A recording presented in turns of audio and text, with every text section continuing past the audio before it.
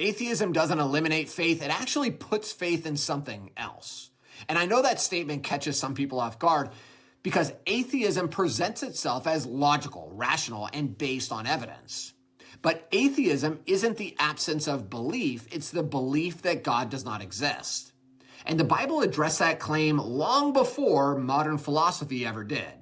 Psalms 14:1 says, "The fool says in his heart, there is no God." Notice something really important about this scripture. Scripture doesn't say that atheists lack knowledge.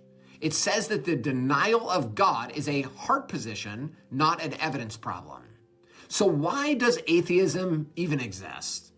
Many assume that God could end atheism instantly by revealing himself visibly to everyone. But scripture tells us that God is not interested in forcing people to believe. He desires faith.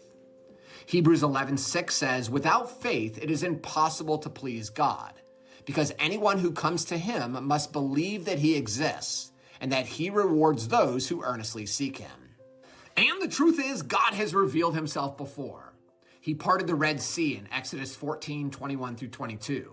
He sent fire from heaven on Mount Carmel in 1 Kings 18:19 through 31.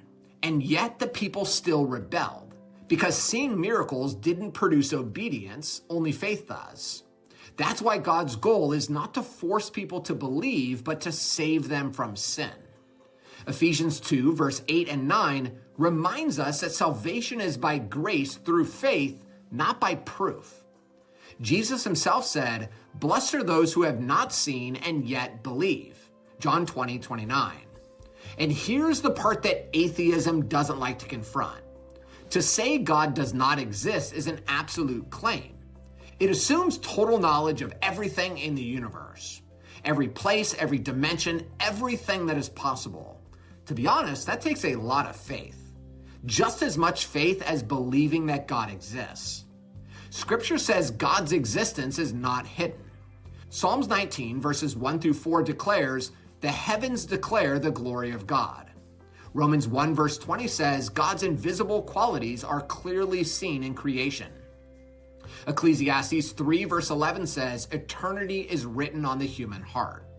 So the question is not whether evidence exists, the question is whether we will respond to the evidence.